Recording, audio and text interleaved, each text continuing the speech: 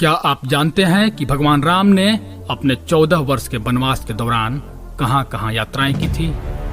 आखिर भगवान राम अयोध्या से निकलने के बाद किस किस जगह पर अपना पड़ाव डाले थे और किस रास्ते से होते हुए वो श्रीलंका तक का सफर तय किए थे?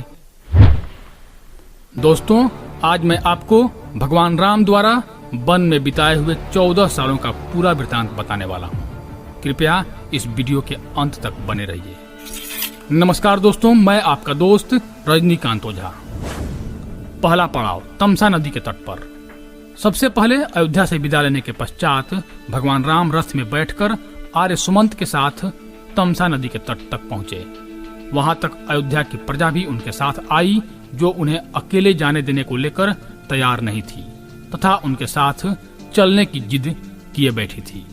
इसलिए उस रात श्री राम ने अपना डेरा तमसा नदी के तट पर ही डाला तथा सूर्योदय से पहले अयोध्या की प्रजा को बिना जगाए सीता, लक्ष्मण तथा सुमंत के साथ कोसल देश की नगरी से बाहर निकल गए।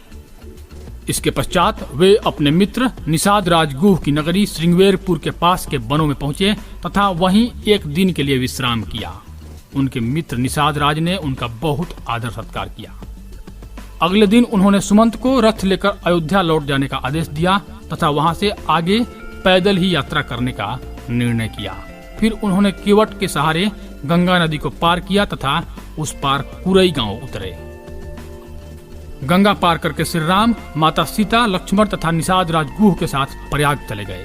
वहां उन्होंने त्रिवेणी की सुंदरता को देखा तथा आगे मुनि भारद्वाज के आश्रम पहुंचे। यहाँ उन्होंने मुनि भारद्वाज से अपने रहने के लिए उत्तम स्थान पूछा, जिन्होंने यमुना पार चित्रकूट को उत्तम बताया। इसके पश्चात श्री राम ने अपने मित्र निषाद राजगुह को भी वहां से वापस अपनी नगरी लौट जाने का आदेश दिया तथा माता सीता व लक्ष्मण के साथ यमुना पार करके चित्रकूट चले गए। चित्रकूट पहुंचते ही उन्होंने वाल्मीकि आश्रम में उनसे भेंट की तथा गंगा की धारा मंदाकिनी नदी के किनारे अपनी झोपड़ी बनाकर रहने लगे। यहीं पर उनका भरत से मिलन हुआ था। भरत अयोध्या के राज परिवार, सभी गुरुओं, मंत्रियों के साथ श्री राम को वापस लेने पहुंचे थे, लेकिन श्री राम ने वापस लौटने से मना कर दिया था। इसके कुछ समय पश्चात श्री राम चित्रकूट भी छोड़कर चले गए थे, क्योंकि उन्हें डर था कि अब अयोध्या की प्रजा यहाँ निरंतर आती रहेगी, जिससे ऋषि मुनियों के ध्यान में बाधा पहुंचेगी।